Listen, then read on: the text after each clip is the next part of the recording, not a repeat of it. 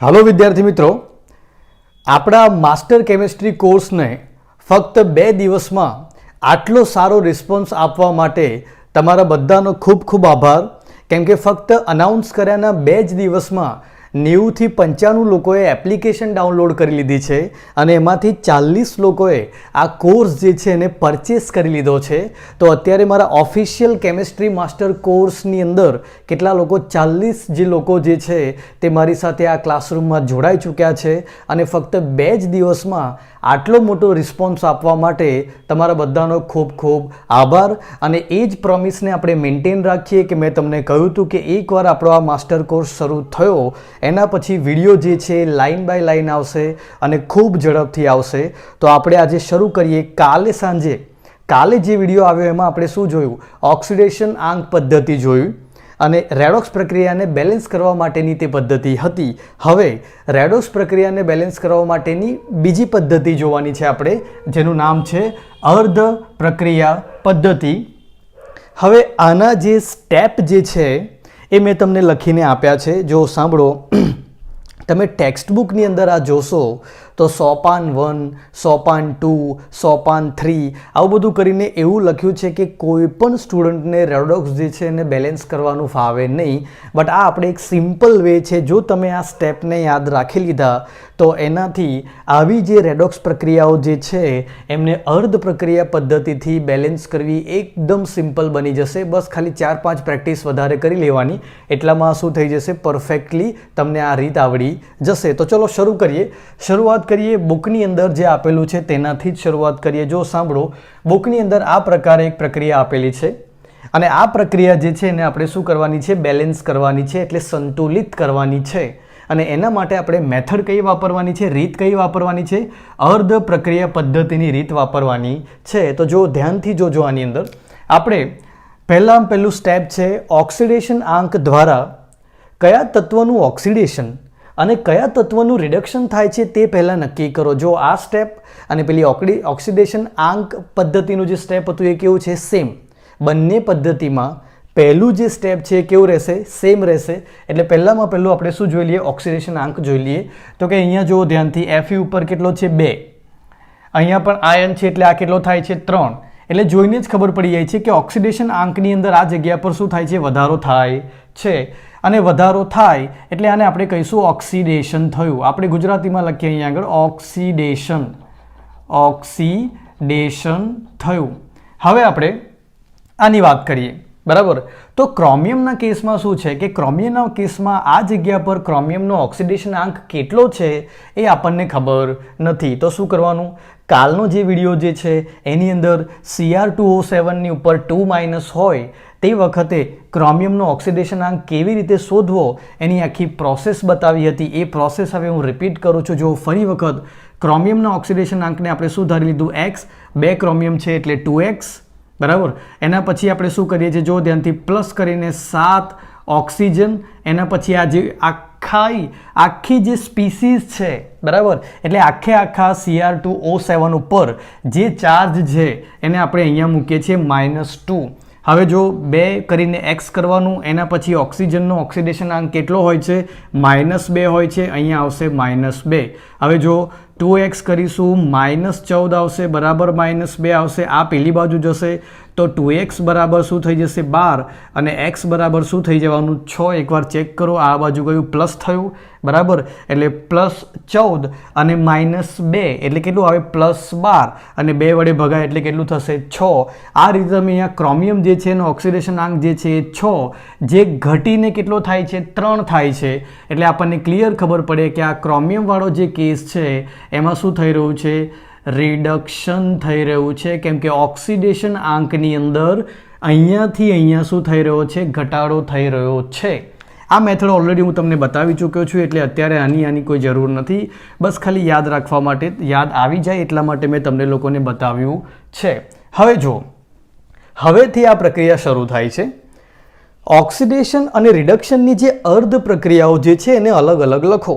તો જો જેટલું ઓક્સિડેશન થઈ રહ્યું છે એને અલગથી લખી દઈએ. એટલે લખી દઈએ છીએ આપણે Fe2+ gives Fe3+. આટલામાં શું થઈ રહ્યું છે? ઓક્સિડેશન. તો આપણે આને કહીશું ઓક્સિડેશન અર્ધ પ્રક્રિયા, એટલે ઓક્સિડેશન હાફ રિએક્શન, OHR. તમારી બુકમાં શું લખેલું હોય છે? ઓક્સિડેશન હાફ રિએક્શન, જેને આપણે અહીંયા લખી. હવે આપણે આને બીજી બાજુ શું લખીશું? Reduction half reaction. જો રિડક્શન હાફ રિએક્શન શું લખાય? Cr2O72 minus gives Cr3+. તો આ રીતે આપણે શું કર્યું કે જ્યાં ઓક્સિડેશન થઈ રહ્યું છે તે અને જ્યાં રિડક્શન થઈ રહ્યું છે તે, તેવી બે પ્રક્રિયાઓને આપણે શું કરી? અલગ અલગ લખી દીધી. તો આપણું બીજું જે સ્ટેપ છે તે પૂરું થયું. જો બીજા સ્ટેપમાં શું છે? ઓક્સિડેશન અને રિડક્શન અર્ધ પ્રક્રિયાઓ જે છે એમને અલગ અલગ લખો. એના પછી આ જે પ્રક્રિયાઓ તમે અલગ અલગ લખી એમાં 3, 4, 5 અને 6 સ્ટેપ જે છે એ સરસ રીતે ફોલો કરવાના અને યાદ રાખી લેજો તો તમને કોઈ પ્રોબ્લેમ પડશે નહીં. જો સાંભળજો, પહેલાં આપણે આને જોઈએ. આની અંદર આપણે આ ત્રીજા નંબરનું સ્ટેપ જોઈએ. ઓક્સિજન અને હાઇડ્રોજન સિવાયના પરમાણુઓને સંતુલિત કરો. તો જો ઓક્સિજન હાઇડ્રોજન સિવાયનો પરમાણુ કયો છે? તો કે Fe. પણ અહીંયા પણ એક Fe છે, અહીંયા પણ એક Fe છે, એટલે આને સંતુલિત કરવાની જરૂર નથી કેમ કે જાતે જ સંતુલિત છે. બરાબર. એના પછી ચોથું સ્ટેપ જો ઓક્સિજનને સંતુલિત કરો. પાંચમું જો હાઇડ્રોજનને સંતુલિત કરો. પણ અહીંયા તમે ચેક કરશો તો ખબર પડશે અહીંયા ઓક્સિજન પણ નથી અને હાઇડ્રોજન પણ નથી. તો એના પછી આવે છઠ્ઠા નંબરનું સ્ટેપ કે ઇલેક્ટ્રોનથી વિદ્યુતભારને સંતુલિત કરો. હવે ધ્યાનથી જુઓ કે આ બાજુ વિદ્યુતભાર કેટલો છે? +2 અને આ બાજુ વિદ્યુતભાર કેટલો છે? +3. તો હું શું કરું? તો હું આ રીતનું કરું. Fe2+ gives Fe3+ પ્લસ એક ઇલેક્ટ્રોન ઉમેરી દઉં એટલે આ 3 -1 એટલે 2 થઈ ગયું અને આ બાજુ 2 છે એટલે વિદ્યુતભારને મેં શું કરી દીધું? સંતુલિત કરી દીધું. હવે આને છોડીને આ બાજુ આવું છું. 6 સ્ટેપ સુધી આનું કામ કમ્પ્લીટ કર્યું. હવે આપણે પહોંચવાનું આ બાજુ. તો જો બીજા નંબર પર આપણે રિડક્શન પ્રક્રિયાને આ રીતે લખી છે. એના પછી ઓક્સિજન અને હાઇડ્રોજન સિવાયના પરમાણુઓ સંતુલિત કરો. તો ધ્યાનથી જો ઓક્સિજન ને હાઇડ્રોજન સિવાય અહીંયા શું છે? આ જો ક્રોમિયમ કેટલા છે? 2. અહીંયા કેટલા હોવા જોઈએ? 2 હોવા જોઈએ. તો આપણે લખીશું અહીંયા આગળ Cr2O72 gives 2Cr3+, એટલે 2 કરી દીધું. એટલે આપણે આ સ્ટેપ પૂરું કર્યું. એના પછી ઓક્સિજનને સંતુલિત કરો. હવે ઓક્સિજનને સંતુલિત કરો શેના વડે? H2O વડે. ખબર છે ને, ઓક્સિજન જો ખૂટતા હોય એમને ઉમેરવા હોય તો આપણે શું કરીએ છીએ? H2Oનો ઉપયોગ કરીએ છીએ, H2Oના અણુનો ઉપયોગ કરીએ છીએ. તો ચેક કરો શું છે આપણી પાસે અહીંયા કે Cr2O7 જે છે એની અંદર તમે ધ્યાનથી જોશો તો અહીંયા ઓક્સિજન કેટલા છે? જો 7. બરાબર. જો અહીંયા 7 ઓક્સિજન હોય તો તમારે બીજી બાજુ તમારે શું કરવું પડે? પ્લસ કરીને 7 H2O ઉમેરી દેવા પડે. 7 H2O ઉમેર્યા એટલે અહીંયા જો ચેક કરો શું થઈ ગયું? 7 ઓક્સિજન આવી ગયા. હવે 7 ઓક્સિજન આવી જવાના લીધે અહીંયા 14 હાઇડ્રોજન આવી ગયા. હવે એ 14 હાઇડ્રોજનને બેલેન્સ કરવા માટે મારે આ બાજુ આવવું પડશે. એટલે અહીંયા આગળ મારે પ્લસ કરીને 14H+ ઉમેરવા પડશે. બરાબર. એટલે મેં 2 કામ સાથે કરી દીધા. જો શું કર્યું? ઓક્સિજનને સંતુલિત કર્યા 7 H2O થી અને પછી હાઇડ્રોજન જે છે એને અહીંયા આગળ જો 14 હાઇડ્રોજન આ બાજુ રાઈટ બાજુ આવ્યા હતા તો લેફ્ટ બાજુ મેં 14H+ જે છે એને એડ કરી દીધા. એના પછીનું સ્ટેપ છે ઇલેક્ટ્રોન વડે વિદ્યુતભાર સંતુલિત કરો. હવે ધ્યાનથી જુઓ, સાંભળો. આ બાજુ કેટલો વિદ્યુતભાર છે તમે ચેક કરો. તો જો Cr2O7 પર કેટલો છે? -2 અને આ 14 વખત 1 એટલે કેટલું થાય? +14. બરાબર. અને તમે આ બાજુ જુઓ. હવે આ ટોટલ કેટલું થવાનું? 12 થવાનું. હવે આ બાજુ જુઓ, આ બાજુ કેટલો ચાર્જ છે? તો કે આ H2O પર ચાર્જ કેટલો હોય? 0. બરાબર. અને આ જો 3 એવા 2 કુલ મળીને કેટલો ચાર્જ થવાનો? +6. બરાબર. એટલે આ બાજુ 12 ચાર્જ છે અને આ બાજુ ચાર્જ એટલે વિદ્યુતભાર. આ બાજુનો વિદ્યુતભાર કેટલો છે? +12 અને આ બાજુનો કેટલો છે? +6. બરાબર. તમારે શું કરવું પડશે? તો કે હું આ બાજુ ઇલેક્ટ્રોન ઉમેરી દઉં. ઇલેક્ટ્રોન -6 આ બાજુ જે છે એ શું કરી દઉં? 6 ઇલેક્ટ્રોન કરી દઉં. એટલે 12 જે પ્લસ ચાર્જ હતો એ આ 6 ઇલેક્ટ્રોનના કારણે 12 - 6 થઈ જશે અને આ બાજુ પણ કેટલા છે? ઓલરેડી 6. એટલે હવે મારે ચાર્જને એટલે કે વિદ્યુતભારને સંતુલિત કરવા માટે મારે શું કરવું પડશે? અહીંયા આગળ આ જ બાજુ મારે 6 ઇલેક્ટ્રોન ઉમેરી દેવા પડશે. તો 6 ઇલેક્ટ્રોન ઉમેરી દેવાના કારણે જે આ બાજુ પ્લસ 12નો વિદ્યુતભાર હતો એ હવે 12 - 6 એટલે 6 બની ગયો, અને આ બાજુ જો 3 દુ 6 એટલે અહીંયા 6 છે જ. એટલે આ રીતે આપણે વિદ્યુતભારને પણ શું કરી દીધું, આપણે સંતુલિત કરી દીધું. હવે શું કરવાનું જો ધ્યાનથી, હવે આપણે આ ઇલેક્ટ્રોન રદ થાય, જો છેલ્લું સ્ટેપ, બંને અર્ધ પ્રક્રિયાઓને એવી રીતે એકબીજામાં ઉમેરવાની, બંને અર્ધ પ્રક્રિયાઓને એવી રીતે એકબીજામાં ઉમેરવાની કે જેથી ઇલેક્ટ્રોન જે છે એ શું થાય, રદ થાય. હવે જો ઇલેક્ટ્રોન રદ કરવા હોય તો શું કરવાનું, તો કે જો અહીંયા એક ઇલેક્ટ્રોન છે, આ બાજુની અર્ધ પ્રક્રિયાની અંદર 6 ઇલેક્ટ્રોન છે, તો શું કરીશું, એક કામ કરીશું, આ વાળી જે પ્રક્રિયા જે છે એને 6 વડે ગુણી કાઢીશું. તો જો અહીંયા ગણું 6 Fe2+ gives 6 Fe3+ plus 6 electron minus. મેં આ પ્રથમ પ્રક્રિયા એટલે પહેલી જે પ્રક્રિયા જે છે એને મેં 6 વડે ગુણી કાઢી. એટલે હવે જો ઇલેક્ટ્રોન કેવા થઈ ગયા, સરખા થઈ ગયા. અને હવે હું ઉમેરીશ તો જો શું થશે, એને આ રીતે લખાય, બંને પ્રક્રિયાઓને ઉમેરીએ. પહેલાં એમની જે ડાબી બાજુ છે, જો આ જો 6 Fe2+ આ પ્રક્રિયાની ડાબી બાજુ, એવી રીતે પછી આ વાળી પ્રક્રિયાની ડાબી બાજુમાં જો આ 3 વસ્તુ આવે છે, શું આવે છે, તો કે Cr2O72- plus 14H plus 6 electron minus. જો આ બધું જ મેં અહીંયા લખ્યું, અને આ વાળી જે છે એની ડાબી બાજુ અહીંયા લખી. હવે બધું જમણી બાજુમાં લખવાનું. તો જમણી બાજુની અંદર જો અહીંયા શું છે, 6 Fe3+ વત્તા 6 ઇલેક્ટ્રોન માઇનસ વત્તા આની જમણી બાજુ 2 Cr3+ વત્તા 7 H2O. હવે ધ્યાનથી જુઓ, આ બાજુ 6 ઇલેક્ટ્રોન, આ બાજુ 6 ઇલેક્ટ્રોન, તો 6 ઇલેક્ટ્રોન થઈ ગયા કેન્સલ. અને હવે જુઓ 6 Fe2+ plus Cr2O72- plus 14H plus gives 6 Fe3+ plus 2 Cr3+ plus 7 H2O. હવે આ જે બચી એ તમારી પરફેક્ટ રીતે બેલેન્સ થયેલી રેડોક્સ પ્રક્રિયા છે.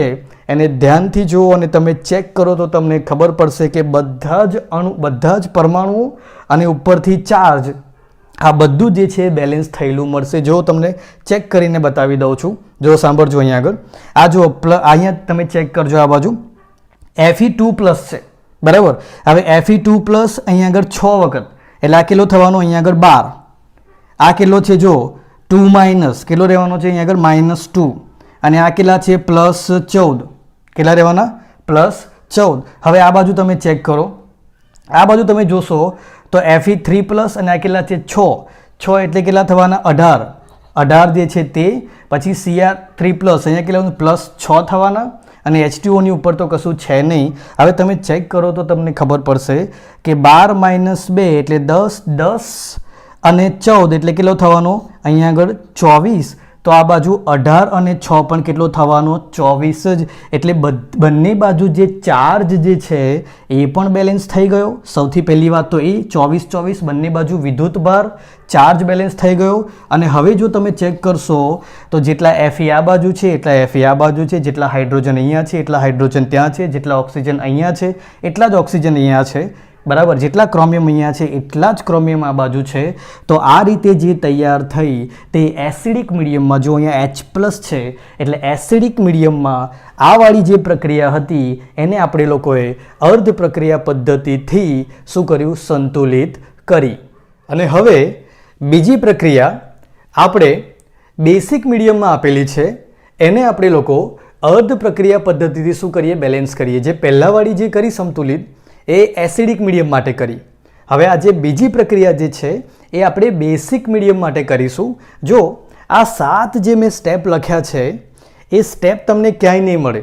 અને આ 7 સ્ટેપ જે છે એનું સિક્વન્સ ફોલો કરશો તો એસિડિક મીડિયમ આપેલું હોય કે પછી બેસિક મીડિયમ આપેલું હોય, કોઈ પણ મીડિયમ આપેલું હશે, બસ આ 7 જ સ્ટેપ ફોલો કરવાના. તમારાથી 101% કોઈ પણ રેડોક્સ રિએક્શન જે છે એ સંતુલિત થઈ જશે. જો ફરી તમને કરીને બતાવું છું, અહીંયા મેં જે પહેલું સ્ટેપ જે છે એ હવે તમને બધાને ઓક્સિડેશનાંક પદ્ધતિ અને આ અર્ધ પ્રક્રિયા પદ્ધતિ એ બંનેની અંદર કોમન છે, એટલે સામાન્ય છે, એટલે તમને આવડી ગયું હશે. શું કરવાનું? સૌથી પહેલું ફરી એકવાર બોલી દઉં છું કે અહીંયા ઓક્સિડેશનાંકની ગણતરી કરવાની.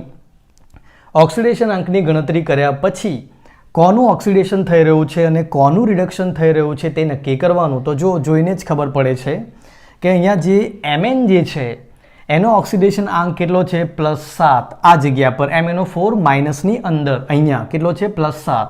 હવે આને ગણવાની રીત અત્યારે નથી બતાવતો, કેમ કે હમણાં આપણે કરી ચૂક્યા છે. શું કરવાનું? આને x ધારી લેવાનું, 4 વખત ઓક્સિજન, પછી ઓક્સિજનનું -2 મૂકવાનું, પછી ઉપરનો ચાર્જ જે છે બરાબરની બીજી બાજુ મૂકવાનો, તો એનાથી તમને મળી જશે. હવે આ તો જો સીધો આયન જ છે, એટલે એની ઉપરનો જે ચાર્જ હોય તે જ મૂકી દેવાનો ઓક્સિડેશન આંક તરીકે. આ બાજુ જુઓ, તમે ચેક કરો, અહીંયા પણ તમે પેલી x વાળી રીત વાપરીને જ અહીંયા આગળ +4 શોધી શકશો. અને I2 જે છે તમે જો શું છે એના ફ્રી સ્ટેટમાં, એની મુક્ત અવસ્થામાં, એટલે અહીંયા શું કરીશું આપણે? 0 કરી દઈશું. બરાબર. હવે ધ્યાનથી જુઓ શું લાગી રહ્યું છે તમને, તો કે આ જુઓ -1 થી 0, -1 થી 0 એટલે શું થઈ રહ્યું? ઓક્સિડેશન આંકમાં વધારો. અને વધારો એટલે આ જે છે એનું શું થઈ રહ્યું છે? ઓક્સિડેશન. બરાબર. અને અહીંયા જુઓ તમે MnO4 થી શરૂ કરીને અહીંયા આ વાળી જગ્યા જે છે ત્યાં +7 થી લઈને +4 એટલે ઓક્સિડેશન આંકમાં ઘટાડો. અને ઘટાડો એટલે આપણે આને શું કહીશું? રિડક્શન. બરાબર. એટલે આ શું થયું? જો આ ઓક્સિડેશન અને આ રિડક્શન. હવે જો આપણું બીજું સ્ટેપ શું છે? બંને પ્રક્રિયાઓને અલગ અલગ લખો. તો ચલો લખી દઈએ છીએ. જો અહીંયા હું લખી દઉં છું પહેલાં ઓક્સિડેશન હાફ રિએક્શન એટલે ઓક્સિડેશન અર્ધ પ્રક્રિયા, ઓક્સિડેશન હાફ રિએક્શન કઈ લખાય? I- બરાબર gives શું લખાય? I2. બરાબર, આટલી લખાશે. એના પછી આ જો મારે રિડક્શન એટલે રિડક્શન હાફ રિએક્શન, એમાં શું લખીશું? MnO4 minus gives MnO2.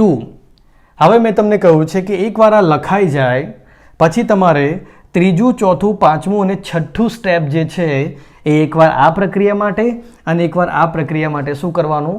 Apply કરવાનું, ફોલો કરવાનું. કેવી રીતે થશે? જો શું લખ્યું છે? ઓક્સિજન અને હાઇડ્રોજન સિવાયના પરમાણુઓ સંતુલિત કરો. પહેલાં આની વાત કરીએ.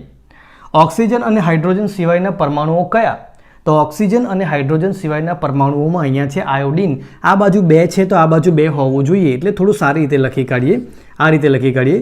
2I- gives I2. જો મેં શું કર્યું છે? પહેલાં અહીંયા આગળ I- હતું. બરાબર. પણ આપણે હમણાં સંતુલિત કરીએ છીએ એટલે આ બાજુ 2, તો અહીંયા શું હોવા જોઈએ? 2. એટલે મેં અહીંયા લખી દીધું છે 2. બરાબર. એકવાર ફરી લખવાનું કહો તો લો ફરીવાર લખી દઈએ છીએ. 2I- gives I2. આ રીતે. બરાબર. હવે આની વાત, હવે બીજું સ્ટેપ લઈએ. ઓક્સિજનને સંતુલિત કરો. હવે અહીંયા જુઓ તો ખબર પડે ઓક્સિજન છે નહીં. પછી લખ્યું છે હાઇડ્રોજનને સંતુલિત કરો. હાઇડ્રોજન પણ નથી. આગળ જઈએ તો શું? ઇલેક્ટ્રોનથી વિદ્યુતભાર સંતુલિત કરો. ઇલેક્ટ્રોનથી વિદ્યુતભાર સંતુલિત કરવાના છે. જો ચેક કરો આ જગ્યા પર જે વિદ્યુતભાર થવાનો એ -1 અને 2 એટલે કેટલો થવાનો? -2. કેટલો થવાનો? -2. અને આ બાજુ તમે જોશો તો અહીંયા આની ઉપર કોઈ વિદ્યુતભાર છે નહીં. તો તમારે શું કરવાનું? તો કે જમણી બાજુ તમારે કરી દેવાનું 2 ઇલેક્ટ્રોન. આ જગ્યા પર હું શું કરી દઉં છું? 2 ઇલેક્ટ્રોન ઉમેરી દઉં છું. તો હવે જે છે આવું બની જશે 2I- gives I2 +2 electron minus. હવે ચેક કરો આ બાજુ -2 વિદ્યુતભાર, આ બાજુ પણ -2 વિદ્યુતભાર.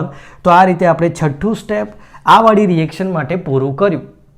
હવે આપણે અહીંયા પહોંચવાનું. મેં તમને કહ્યું હતું કે આપણે ત્રીજું, ચોથું, પાંચમું અને છઠ્ઠું પૂરું કરવાનું, પછી આ બાજુ આવી જવાનું.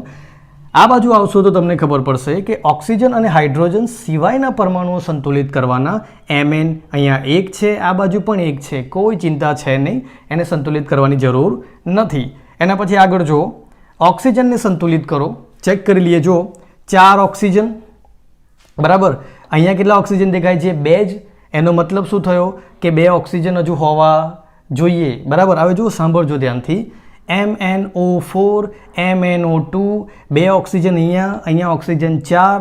હવે જો ઓક્સિજનને સંતુલિત કરવા હોય તો શું કરવાનું? તો કે H2O નો અણુ ઉમેરવાનો. તો જો આપણે એવું કહી શકીએ MnO4